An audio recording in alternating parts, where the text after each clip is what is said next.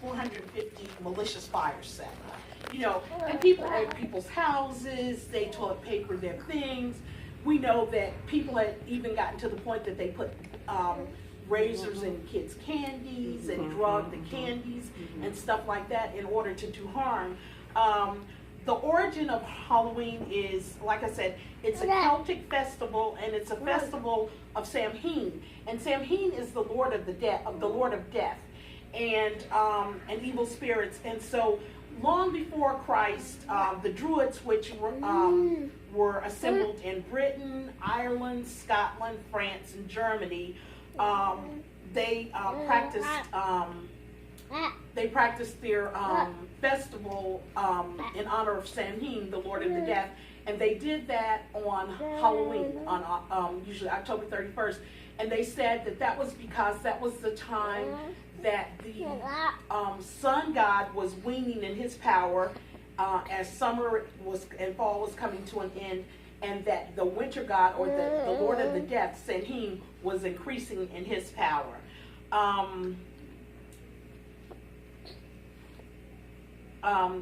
The sun god was called Muk Ola, and Samhain is the Lord of the Death. And they said that at that time, Samhain was overpowering him, and so he was coming into the power. They also believe that what happened is when someone died, their spirit went into an animal for that year, and then on Halloween, those spirits could go back and visit their families. And so, so anybody who had died the previous year could go back and visit their families during Halloween. And the Druid priest had, of course, terrible diabolical worship services.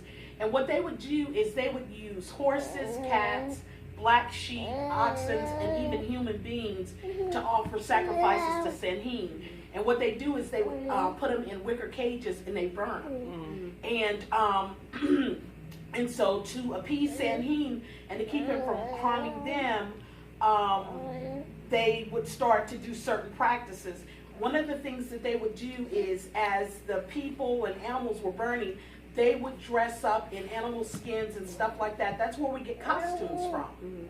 So they would put on animal skins and stuff, and they would dance and kind of worship as these people and animals were being sacrificed. And that was supposed to appease Samhain, and it was supposed to keep the wicked spirits from harming them.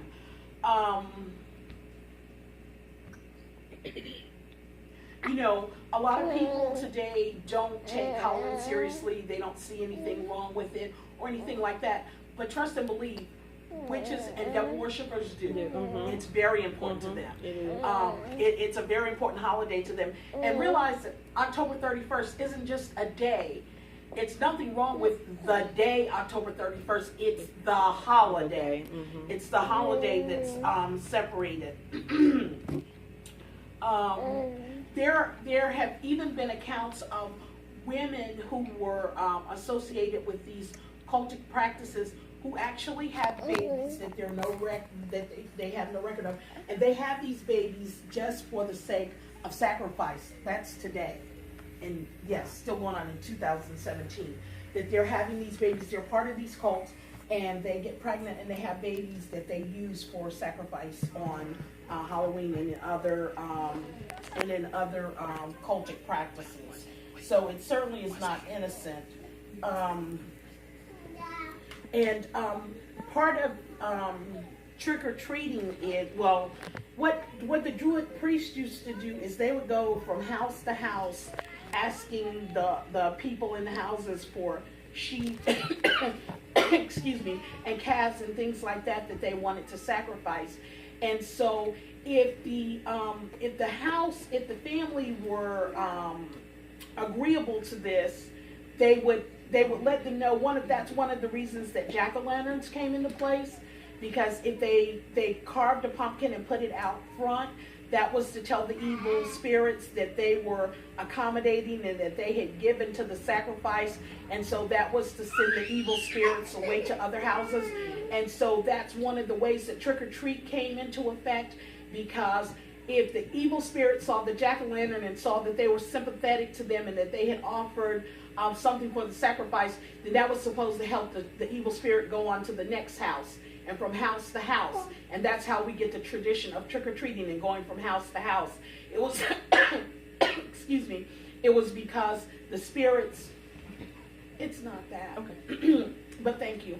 It's because the spirits would go from house to house looking for that. Another thing that they did about the jack-o'-lantern and the way that, you know, that they're carved with the faces and a lot of times the evil faces and stuff like that is that some people thought that the jack-o'-lantern could scare the spirits away. If they saw the scary jack-o'-lantern faces, that it would scare them away and that they would go to another house or they would go to another property.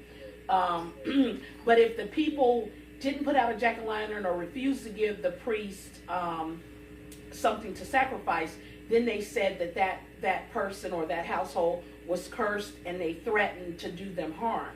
And so that's where it's the trick or the treat.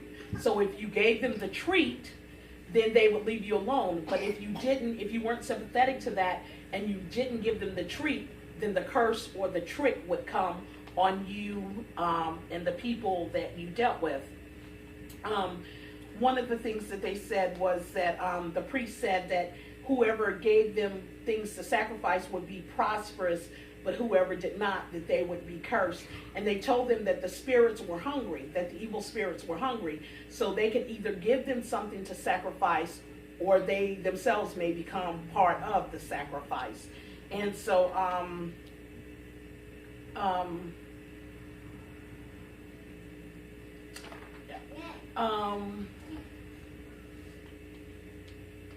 they also said that the jack-o'-lantern, the carved face was like the soul of the damned could enter into that, or was a symbol of that. And so that's where jack-o'-lanterns came from. And of course, you know, witches are, you know, something that you see and that are associated with Halloween. And that came from a pre-Columbian era. And the goddess, and I'm really going to mess her name up, but I think it's like Telezotea, was pictured as a naked woman wearing a pointed hat and riding on a broomstick. And so that's where when you see the witches at Halloween, you see the pointed hat and you see the broomstick, knowing that witches of this day look just like we do. You know, when we encounter them, they don't look like that. But that's where they came from. And of course, there is a lot dealing with witchcraft and the practice of the occult. There are lots of sexual rituals and rites that go along with that, and so there's I'm sorry, there's a lot to do with nudity and pornography and things of that nature. And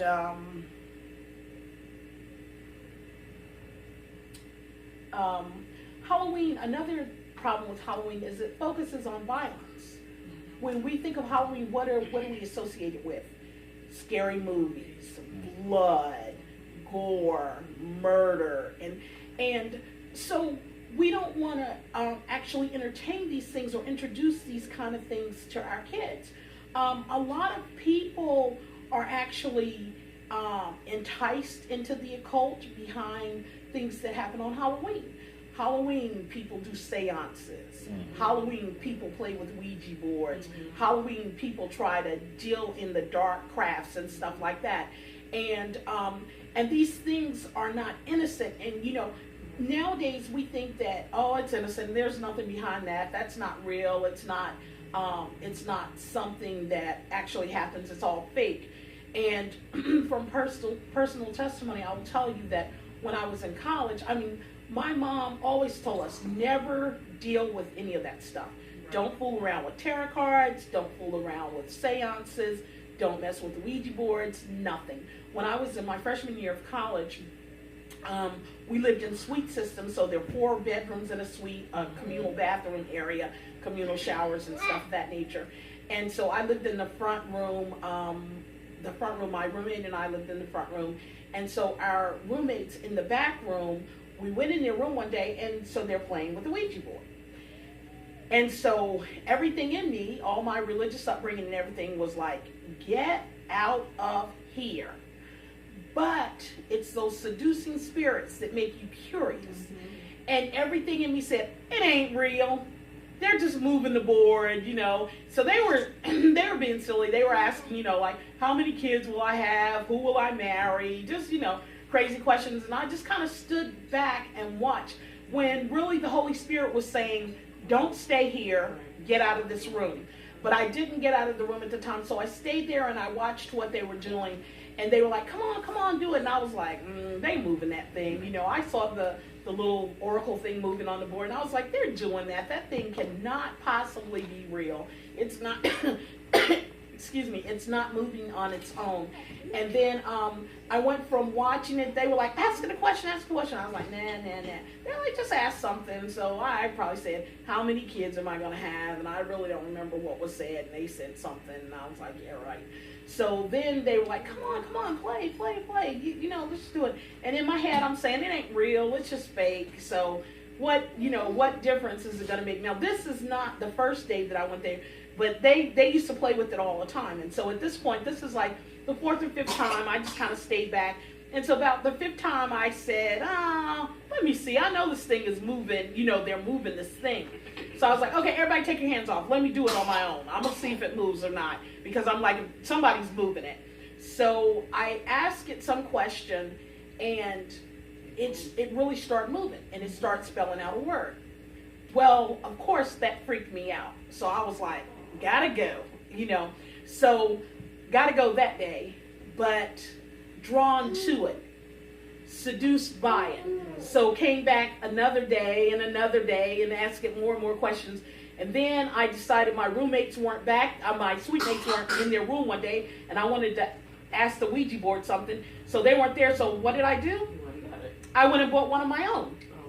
No, I went and bought one of my own so that I would always have access to it when I wanted to.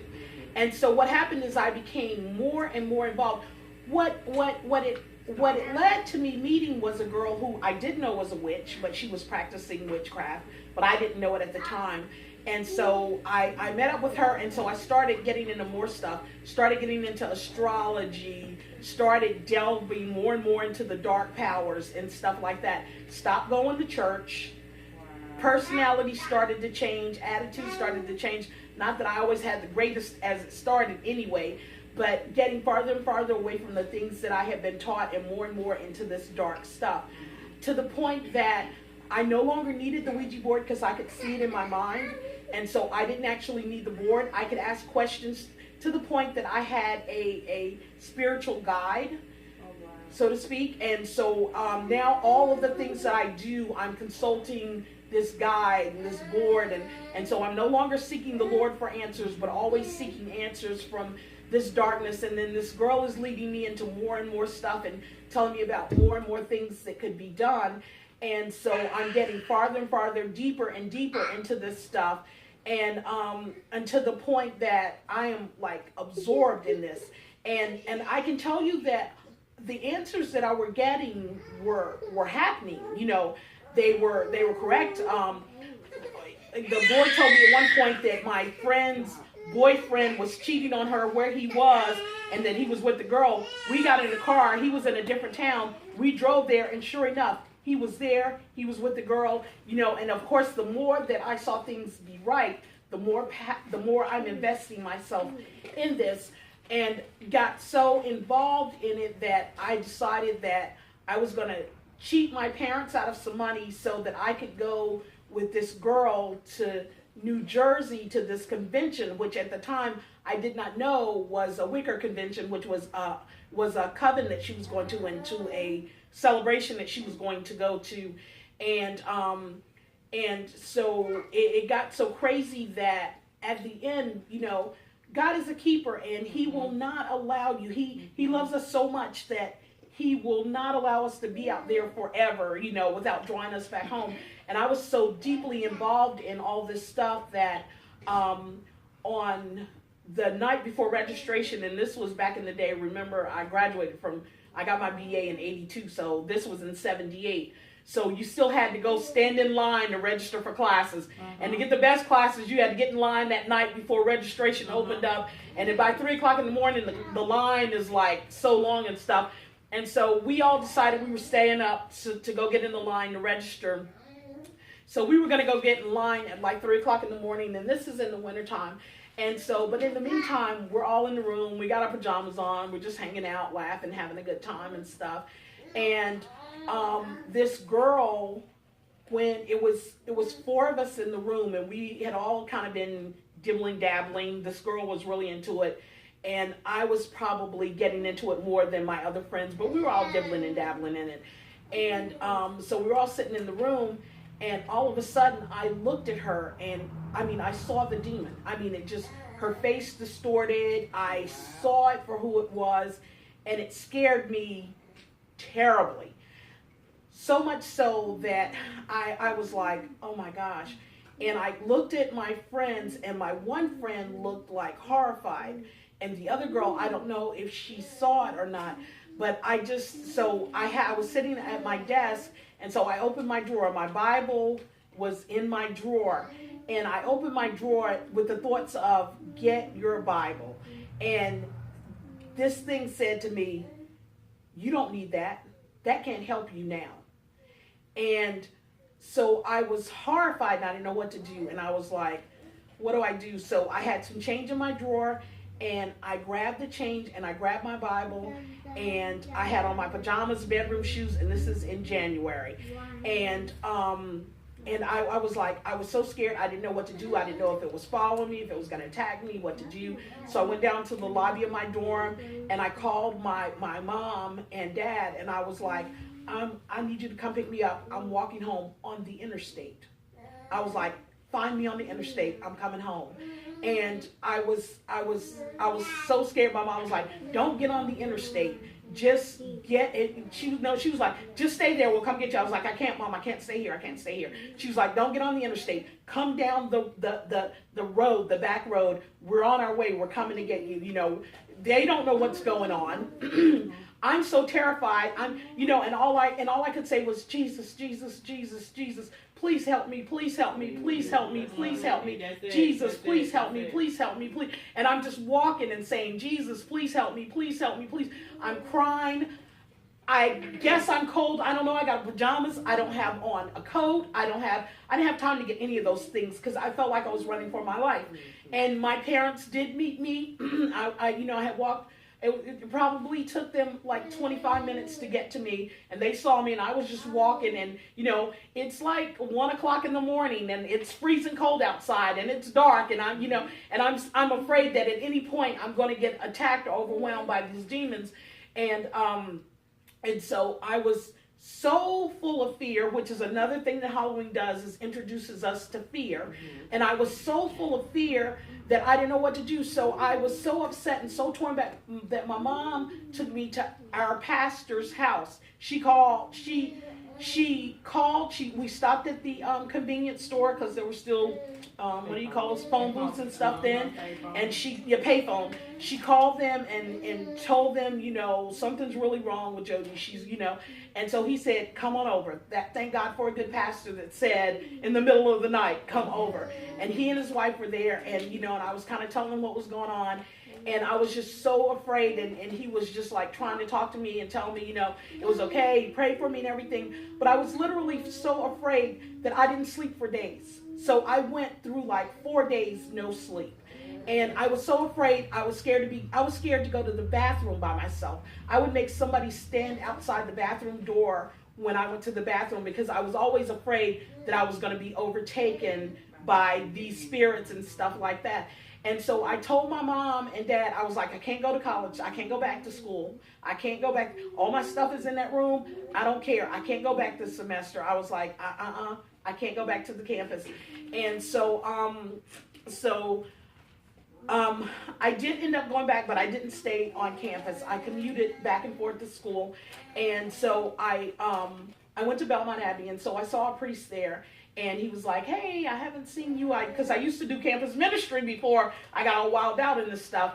And he was like, I haven't seen you. What's going on with you? Where have you been and stuff? And so I told him what was going on. I'm still scared. I'm a little better. I can go to the bathroom by myself and stuff, but I hate to be alone, and I'm always scared. And of course, I drew closer to the Lord than I had. I was on that road, but I kept feeling like my prayers were bouncing off the ceiling, like they weren't connecting with God, like there was something there blocking the prayers. And so I talked to the priest, and he gave me this scripture: perfect love casts out all fear. And he was like, God's love is perfect love. And he was like, and that casts out all fear.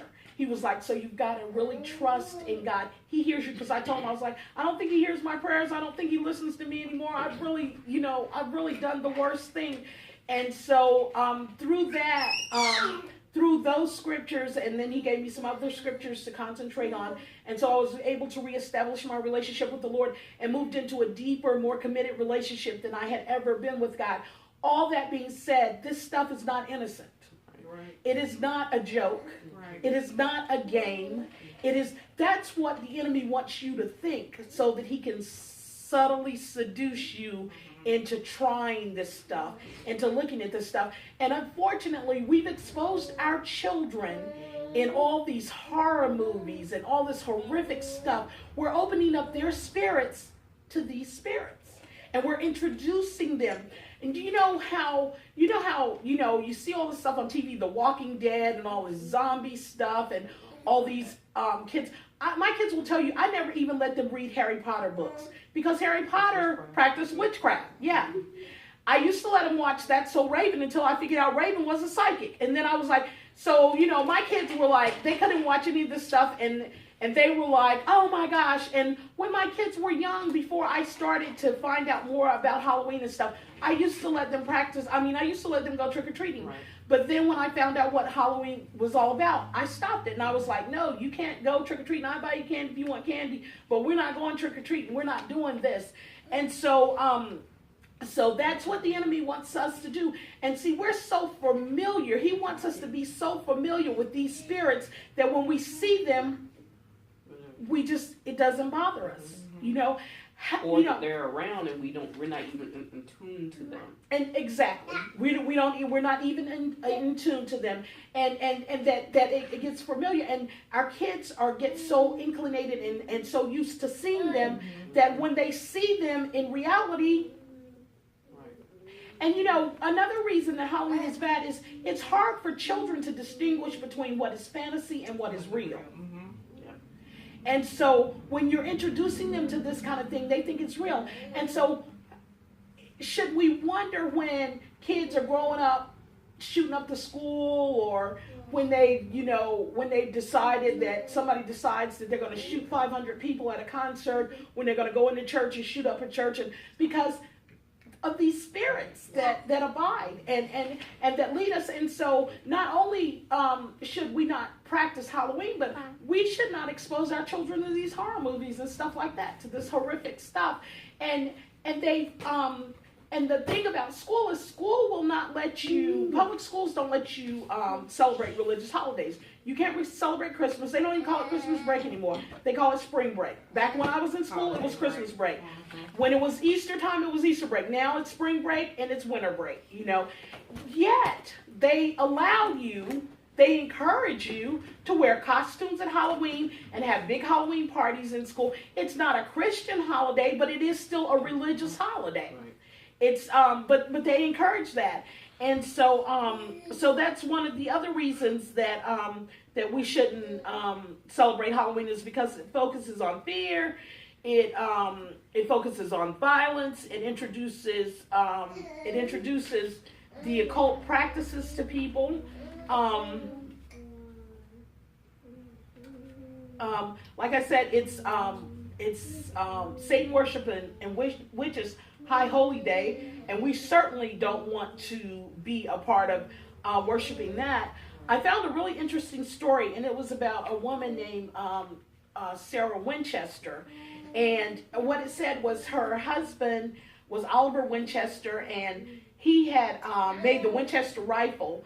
And, so many Indians were killed by the Winchester rifle that he had died, and she was concerned about her husband's soul, about all the Indians that were killed by the Winchester rifle. And so so what she did was she consulted some mediums and some spirits, and every Halloween night she would have like seances and stuff.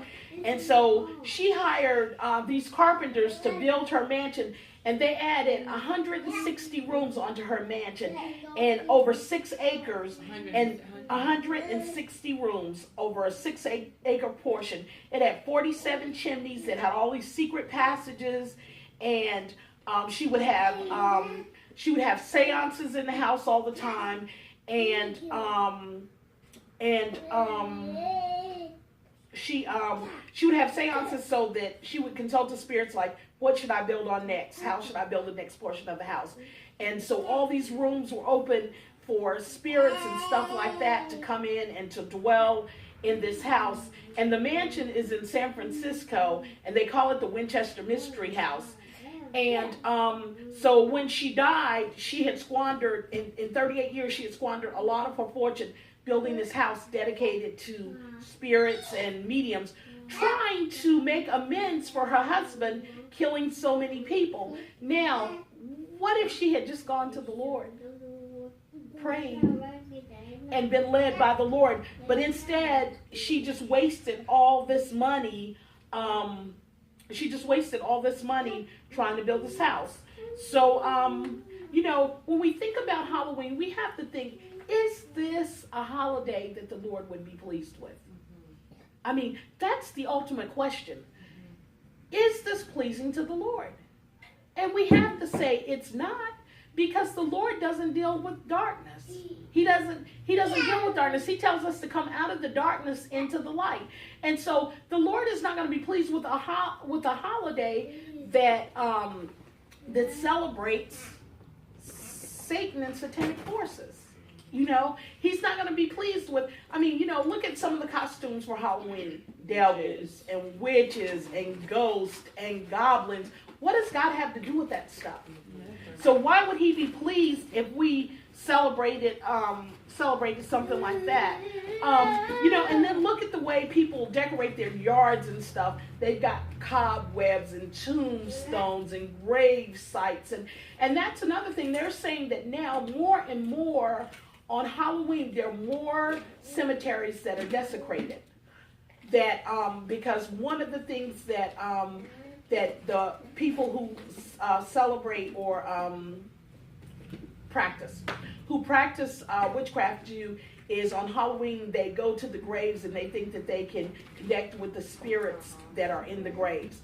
And so tons of graves are being desecrated and cemeteries are being desecrated on Halloween. And the Lord in the Bible in Deuteronomy 18:19-14 says, when you come into the land that the Lord your God is giving you, you shall not learn to follow the abominable practices of those nations. There shall not be found among any one of you anyone who burns his sons or his daughters as an offering, anyone who practices divination or tells fortunes or interprets omens, or sorcerers or charmers or mediums or necromancers, or anyone who inquires of the dead. For whoever does these things is an abomination to the Lord. And because of these abominations, the Lord your God is driving them out from before you. You shall be blameless before the Lord your God. So God even told the children of Israel, as you're coming into these lands, these people are practicing this stuff, have nothing to do with these practices. And we know that the children of Israel did. They started to worship at the Ashtoreth pole, and they started to worship Baal and things of this nature, and was one of the reasons that they kept coming into calamity. One of the reasons that their enemies kept overtaking them, because they kept being disobedient. And God told them, it's the reason, and we were talking about Solomon on Sunday, and it's the reason that the Lord told Solomon, don't marry foreign women, because they're going to bring their religion into you and with you. And so it's one of the reasons that God calls us to be separate and set apart. So we're not supposed to be a part of this kind of thing. And I don't care how much your kids say they want candy and how much they say they want to go trick-or-treating and stuff like that. It's for us, the adults, to make the decision on their behalf. And God holds us accountable. If we don't know, we're not accountable. But once we know, we're accountable.